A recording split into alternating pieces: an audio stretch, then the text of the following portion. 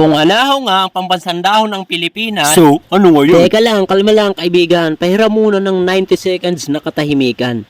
Akin lang namang sasaglitan. Eto na mga sir at madam. Usapan, bubong o atip muna ang talakayan. Medyo tama naman siguro ang aking tinuran. Anahaw, nipa o yero, alam nyo ba na bago pa naman yan na imbento, eto muna ang tinangkilik ng mga tao.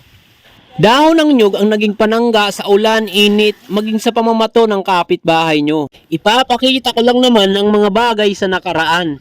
Ididetali ko isa-isa kung paano ang proseso ng paggawa. Medyo bahaba nga lang yung video kaya pinas forward ko na.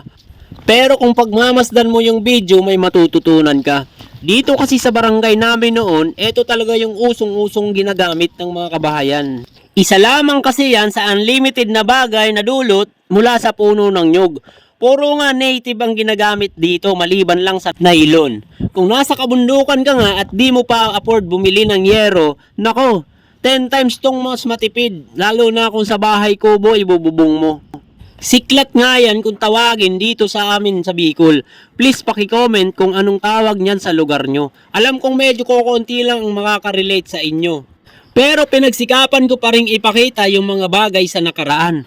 Kasi alam kong darating yung panahon, sa video mo na lang din to matatagpuan.